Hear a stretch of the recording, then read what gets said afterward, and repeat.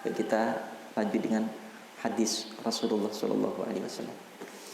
Nanti sebelum hafal nggak boleh keluar satu-satu nanti. Pintu hanya ada 2, kanan dan kiri. Pintu itu bisa dibuka dengan hafal ayat 61. Itu kuncinya. Paham semuanya? Alhamdulillah. Harus apa? Hadis keberapa, Ed? Sini, Edi.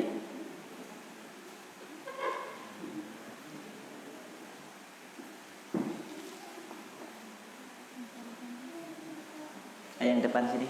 Yang tak sini. Fakhrul sampai berapa, Ed? Fakhrul. Hadis keberapa? 3. Apa bunyinya? Berarti 36 ya. 35 sudah kan? 3. Oh, anak putri mah 38. Oh, Fakhrul gimana sih? Enggak ngaji kali Fakhrul. Allah karim, ketahuan Andrul. Ahibba linnas ma tuhibbu. Baik, 38 Dok. Iya. 37 apa 38? 38.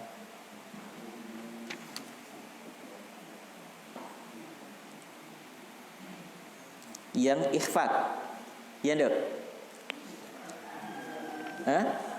Ahibba. Baik, bismillahirrahmanirrahim. Kalau Rasulullah sallallahu alaihi wasallam, kalau bisa dihafal ya. Hadis pertemuan, setiap pertemuan cuma hanya beberapa hadis. Dulu ketika kita di bangku ibtidaiyah ya, Ustadz Haikal, Ustadz Noval mungkin ya, wajib dulu kita suruh menghafal arba'in ya. Hadis pertama, hadis kedua itu hafal semua. Ya. Misalnya hadis ke-13 Arba'in Nawawi. Di mana itu? La yu'minu ahadukum hatta yuhibba ma yuhibbu li nafsi. Hadis pertama, innamal a'malu binniyat wa likulli imrin dan seterusnya itu hafal Arba'in Nawawi itu. Nah, ini al-mukhtarah hadis nabawiyah hendaknya kalau bisa memang dihafal. Semua bisa dan mampu sebenarnya. Hanya saja al-malasu itu. Apa namanya? Al-malasu. Subhanallah. Kita lihat flashback sebentar ya. Kalau bahasa Ustaz Haikal kan gitu, flashback ya. Dari kita lihat bagaimana sosok Imam Syafi'i yang menjadi salah satu imam mazhab yang dianut mayoritas ulama seluruh dunia, seluruh Indonesia. Hampir bermadzhab Imam Syafi'i. Beliau itu subhanallah, itu hafal Quran itu umur 7 tahun ya. 6 tahun 7 tahun. Ini sekarang umurnya berapa anak? 70 tahun. Ada 71, ada 17. Kemudian beliau ketika saat mau belajar ke Syekh Imam Malik, imam mazhab ada berapa? 4. 1 Imam Syafi'i, Imam Hambali, Ahmad bin Hanbal. Yang ketiga Imam Hanafi. Kemudian Imam Maliki. Yang tertua siapa? Diurutin Imam Abu Hanifah atau Imam Hanafi. Di mana beliau lahir? Ayo. Kalau lahirnya Ahmad Dhani tahu. Anaknya, istrinya hafal. Anaknya berapa Don? Ahmad Dhani. Anaknya Ahmad Dhani ada berapa? Dul. Imam Abu Hanifah. Beliau lahir di mana? Di mana?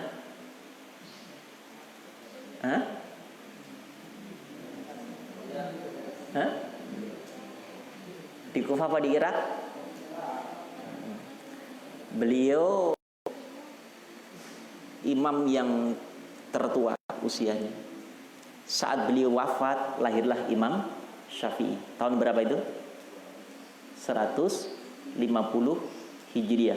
Imam Syafi'i lahir pas Imam Abu Hanifah wafat. Pas bertepatan dengan wafatnya Imam Abu Hanifah, Imam Hanafi. Kita sedikit supaya tahu sejarah tentang 4 imam ini. Nanti besok kita akan sampaikan sejarah Imam Bukhari, Imam Muslim. Biar sedikit-sedikit, karena kita yang kaji adalah tentang hadis yang mereka banyak meriwayatkan, ya, hadis Imam Bukhari, Imam Muslim. Bahkan Imam Bukhari sendiri berguru kepada siapa? Imam Syafi'i. Imam Bukhari berguru dengan Imam Ahmad bin Hanbal, Imam Ahmad bin Hanbal berguru dengan Imam Syafi'i, Imam Syafi'i berguru dengan Imam Malik. Bahkan guru Imam Syafi'i ada 79.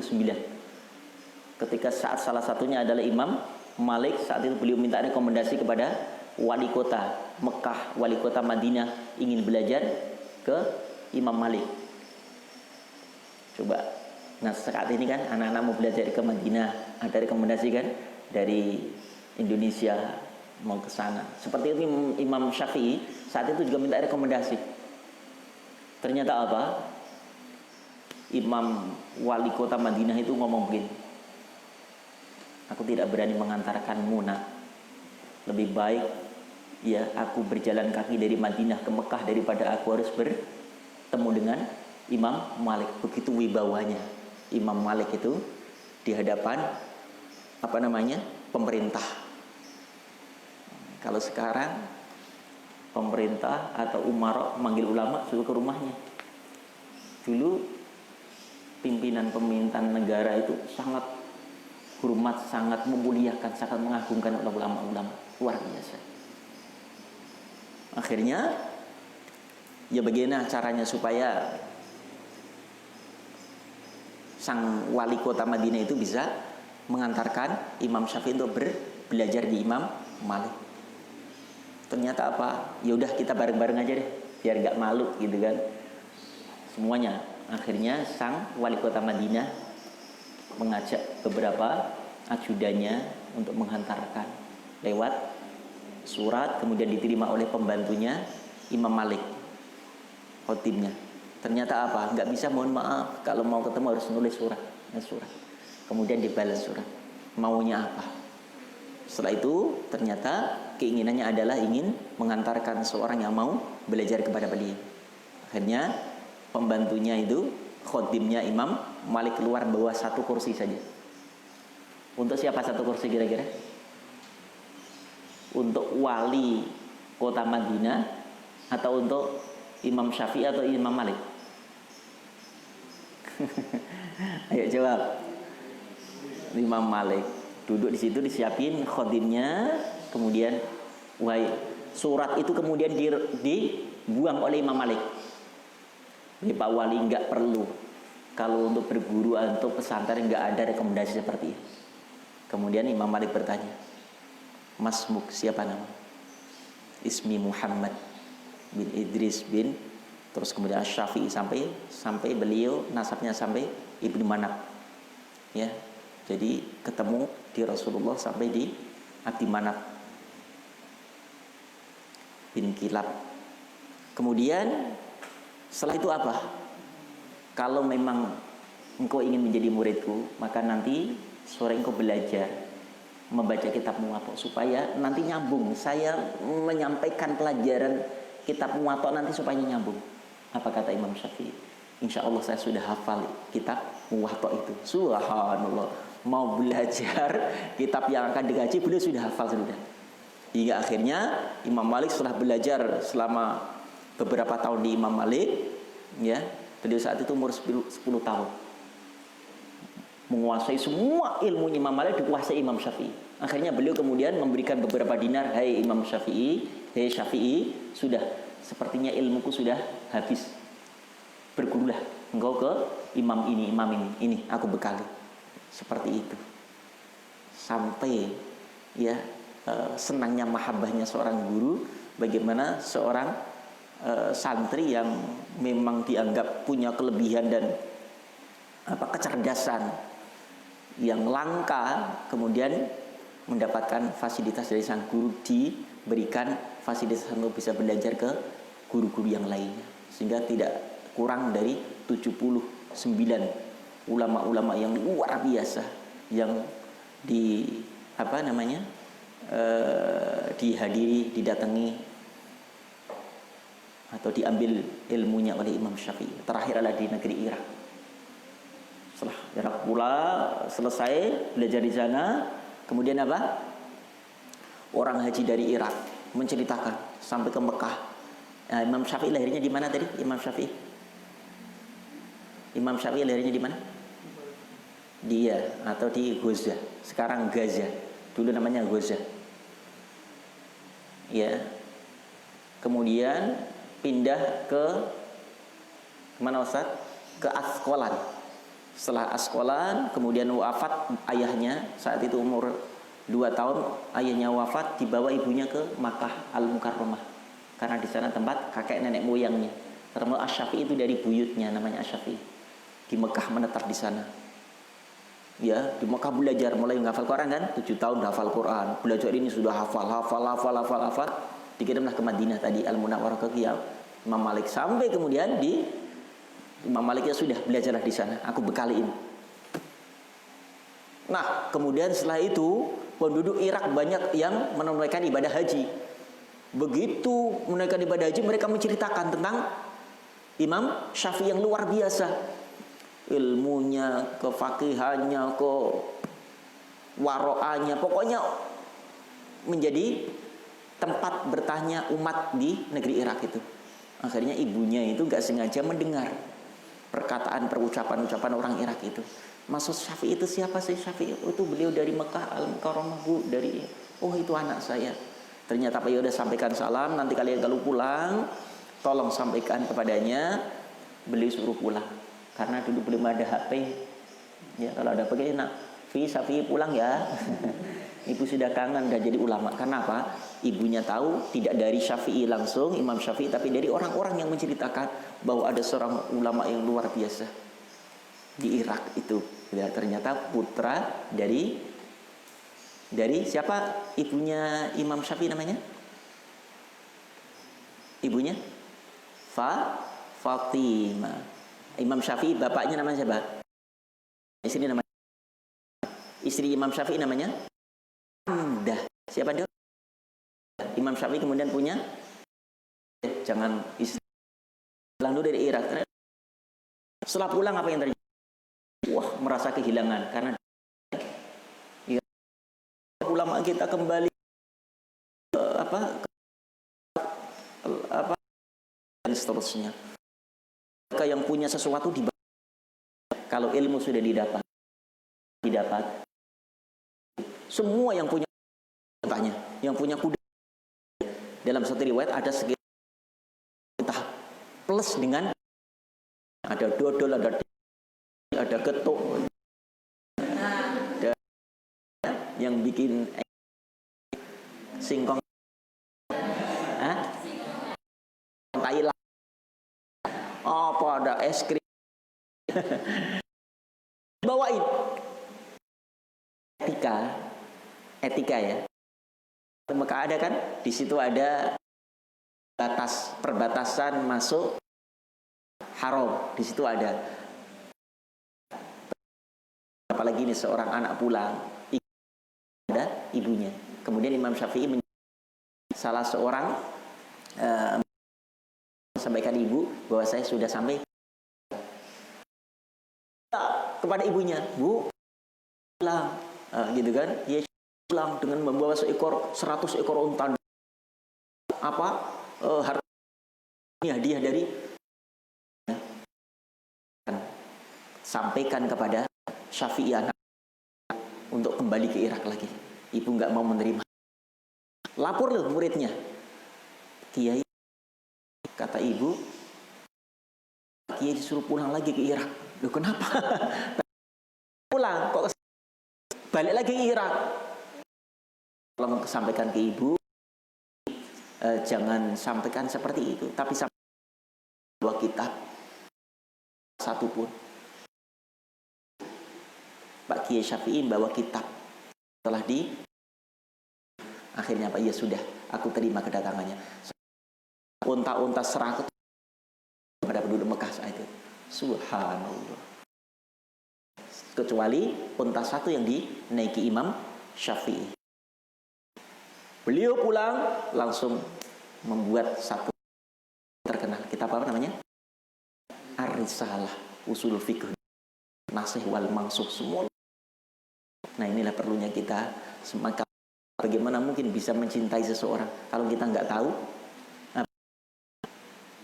biografi perjalanan hidupnya, kisahnya, menjadi apa? Menjadi inspirasi buat kita.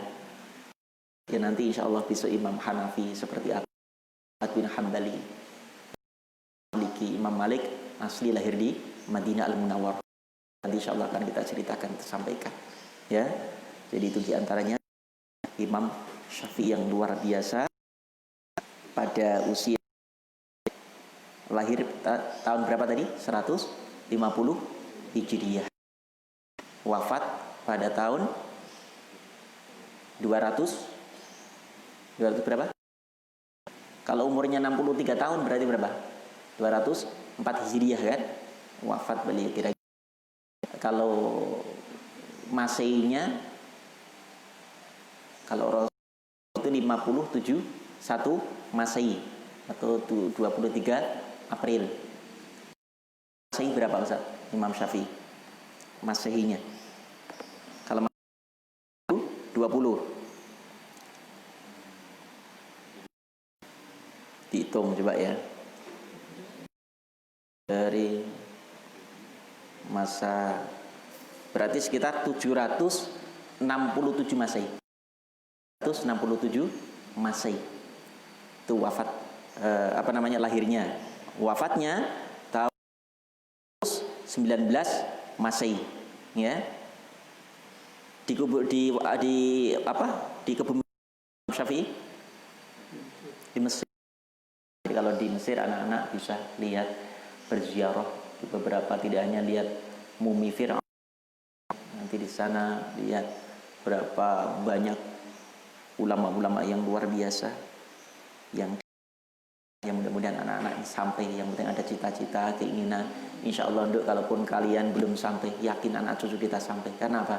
Ada mahabbah, ada kecintaan yang sudah tertanam lama, ya. Aku yakin semua akan sampai. Yang penting barengi doa kecintaan kepada ulama-ulama, insya Allah sampai semua. Allah akan datangkan lewat cara Allah. Dengan cara apa? Akan dimimpikan kita dengan ulama-ulama soleh. Hakul yakin akan datang kepada kita. Ya, kasus ada seorang yang sakit luar biasa, sudah sakitnya udah 2 tahun. Ya, tapi dimimpikan. Kemarin Nabi itu telepon 2 tahun nggak bisa ngapa-ngapain. Kemudian 2 hari yang lalu Abi mimpi itu beliau sembuh,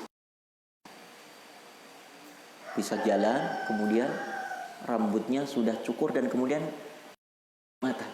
Saya kemudian telepon keluarganya, Mas sopirnya itu, gimana keadaan Bapak? Alhamdulillah Ustaz, saya mimpi beliau sudah bahkan Jumatan sama saya.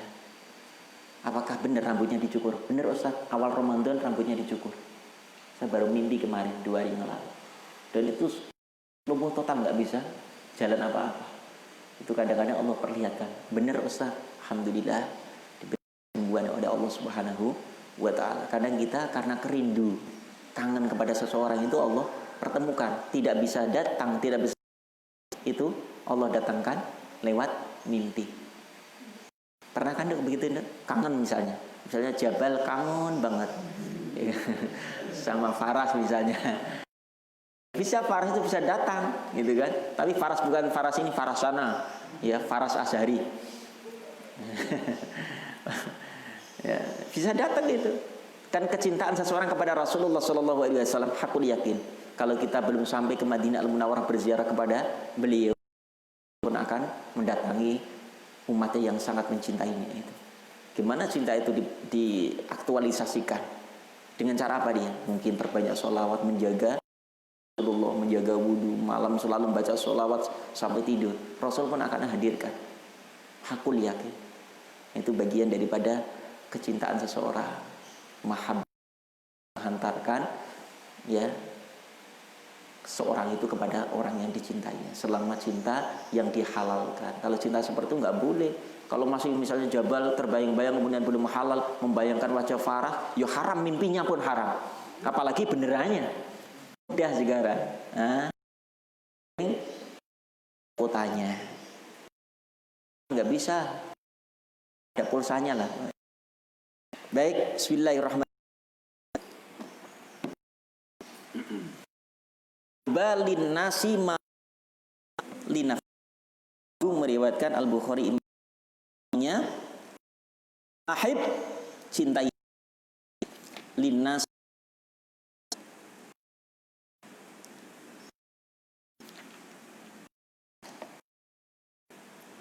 mas ai misli bacakan ma seperti engkau mencintai kepada dirimu sendiri, di nafsika dirimu sendiri. Ya. Ini pesan Allah kepada kita, cintailah seperti mencintai dirimu sendiri. Praktekkan tadi kita di sini. Nah, seperti yang Nabi sudah sampaikan. Nah, seorang kan apa-apa yang diperlukan semua, dan kita pun bisa kok mempraktekkan. Pun kita misalnya jajan di kantin, kalau kemana-mana kita beli aquanya satu, biasanya sudah paham hadis ini. Siapa tahu nanti ada teman yang haus juga, kita bisa mengamalkan hadis. Ada kecintaan kan apa? Kita merasakan haus saat kita berjalan, ya kan? Seandainya dialami oleh saudara. Nah, saat apakah tega kita melihat teman kita kehausan? Nah, itu daripada sunnah, daripada amalan hadis. Ambil beli aqua, walaupun yang 2, nggak cukup uangnya, berarti beli, masukkan ke tas, niat yang paham dok, diamalkan kecil satu amalkan, maka Allah kemampuan hadis yang lainnya. Paham dok? Lanjut.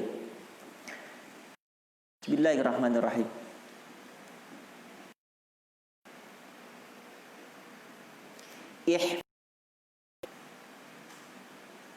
Jagalah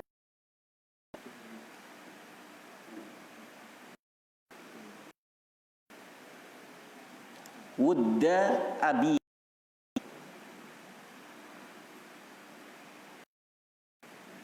wudda yang disukai abi,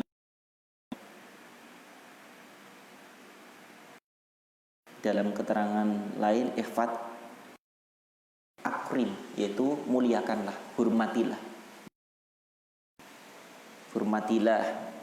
atau jagalah hubungan. Artinya ketika seseorang, ayah kita dulu punya teman di sisi, kemudian ayah kita meninggal, tanya hadis seperti itu. Jagalah silaturahim, jagalah persaudaraan. Udda abika, udda cintai, atau seorang apa yang disukai ayahmu. Jangan takopok, engkau memutuskan kepadanya.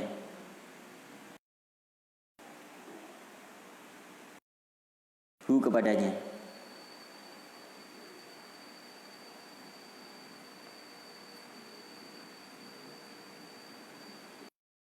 Maka yudfi'a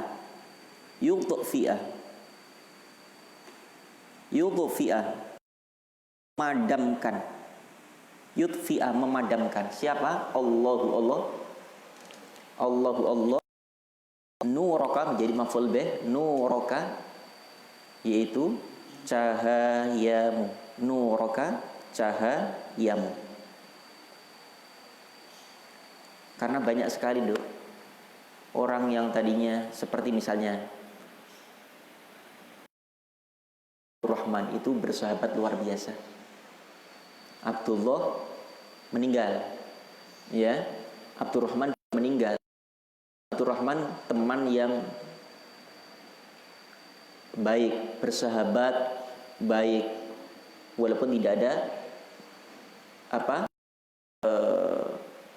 nasab secara genetik, ya, tapi dia bersahabat. Nah, misalnya Ustaz Haikal, Ustaz Noval belajar ke Madinah bareng, pulang ke kampung bareng, walaupun beda ayah, beda ibu, beda kampung dan seterusnya. Kemudian kedua-duanya meninggal, maka wajib seorang anak melanjutkan apa yang dilakukan oleh seorang ayah yang tadinya silaturahim. Bapaknya sering silaturahim dengan Pak Abdurrahman. Abdurrahman suka berkunjung ke Abdullah. Maka itu diantaranya cara memelihara apa? Melihara persaudaraan. Karena apa? Ini akan bisa menjadi syafaat kelak di hari kiamat. Ya, carilah sahabat, cara saudara yang dimana saudara itu bisa memberikan pertolongan atau menjadi syafaat kelak di hari kiamat.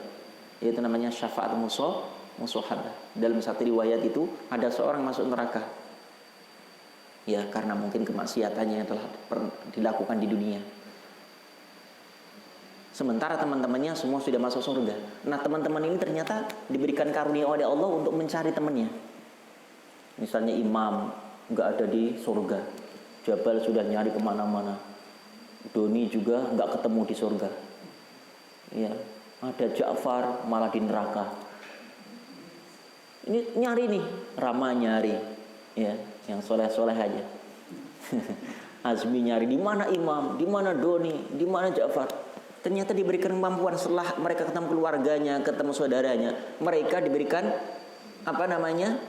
Tanamkan rasa kecintaan kepada saudaranya ketika saat hidup di dunia. Malaikat kemudian ngasih tahu lewat WA. Itu Rama, Mas Rama, tuh Doni di neraka Sakor. Nah, Imam neraka Jahim. Nah, Ja'far neraka Jahannam. Misalnya lewat WA. Ya, akhirnya apa? Rama kemudian juga WA sama Hafid sama Azmi. Ayo, itu kan teman kita. Dulu modok bareng di pesantren, walaupun toh sering telat hafalan, ya sering berdiri, ya kan? Oh, ternyata ada masih contoh ya, contoh kan nggak bisa balik, ya. Akhirnya apa? Semua teman-temannya di pesantren ngomong, ya Rob, benar dia adalah teman saya, sahabat saya. Saya melihat kebaikan-kebaikan yang pernah dilakukan dengan mata kepala kami semua. Apa kata Allah? Hai malaikat-malaikatku, benar. Dia berteman karena aku, bersahabat karena aku. Maka dengan keagunganku, biizzati wa jalili, dengan keagungan kemuliaan aku, karena dia bersahabat karena aku, berpisah pun karena aku, maka aku berikan, ya, syafaat pertolongan karena persahabatannya. Keluarkan mereka dari neraka. Akhirnya dikereklah dari neraka jahanam Ja'far tadi. Nah, imam naik dengan tangga. Akhirnya nggak masuk surga begitu saja, dikopiok dulu, ya, supaya bersih semuanya, rontok semuanya. Nah, ini hikmah atau manfaat persahabatan. Maka cari sahabat soleh yang sebaik-baiknya, sebanyak-banyaknya. Boleh jadi amal kita belum cukup, ada sahabat yang soleh bisa menjadi syafaat untuk kita. Syafaat Quran kita dapat karena kita termasuk orang-orang yang hobi bahkan menghafal Quran. Syafaat Rasulullah kita sudah lakukan dan amalkan, sholawat kepada Rasulullah sebagai tanda cinta, mahabbah kita kepada Rasulullah. Dapat syafaat musahabah. Subhanallah. Nah, insya Allah itu menjadi bekal dan menjadi apa namanya, invest aset kita lah. Ya, kalaupun kita amal kita belum cukup, ternyata bisa dari syafaat musahabah. Baik, yang ketiga terakhir. Bismillahirrahmanirrahim. Ahabbul kalami, ahabbu paling dicintai, al kalami perkataan, al kalami perkataan. Dicintai siapa? Ilallah, ila kepada Allahi Allah. Ta'ala maha tinggi ya Allah. Arbaun ada 4. Kalimat yang amat sangat dicintai oleh Allah ada 4. Al-awwal subhanallah walhamdulillah wa la ilaha illallah wallahu akbar. Yang pertama subhanallah, subhanallah maha suci Allah.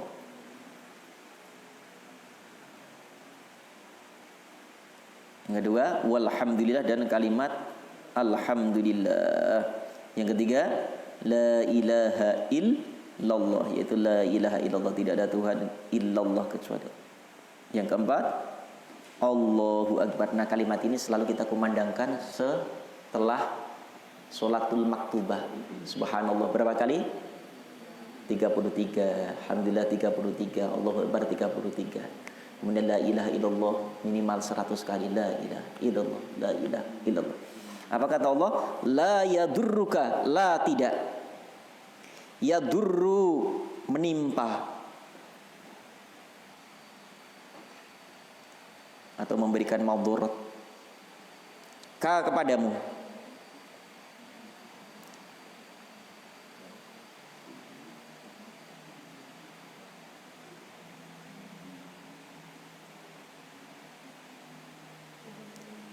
Bi ayyihinna, bi dengan ayyihinna, ayyi, bi dengan ayyi, mana, mana saja, bi dengan ayyi, mana saja, hinna dengan 4 kalimat itu, atau dengan kembali kepada arba. Bada'ta, engkau memulainya, bada'ta, engkau memulainya. Ya, kita bebas mana yang kita pilih, mau apa namanya, la ilaha illallah wallahu akbar, la ilaha illallah, la ilaha illallah. Tapi runtutan dalam zikir kita yang sudah dibukukan oleh ulama-ulama, bahkan itu dari Rasulullah SAW, memang berurutannya adalah tasbih dulu, kemudian tahmid, baru takbir. Itu urutannya seperti itu, ya. Allahu akbar, Allahu akbar, Allahu akbar. Bahkan selalu orang yang selalu membaca itu, maka berguguran kesalahan dan dosa-dosanya. Ya, insyaallah mudah-mudahan hadis yang kita kaji kita mampu dan bisa mengamalkan, sehingga setiap apa yang disampaikan Rasulullah kita bisa menjadi umat yang tidak hanya bisa mendengarkan hadis-hadis ini, tapi dengan harapan dibimbing oleh Allah, diberikan kemampuan untuk bisa mengamalkan sunnah-sunnah Rasulullah SAW. Insyaallah mudah-mudahan manfaat. Kafaratul majlis. Subhanaka bihamdika asyhadu an la ilaha illa anta astaghfiruka wa atubu ilaik. Assalamualaikum warahmatullahi wabarakatuh.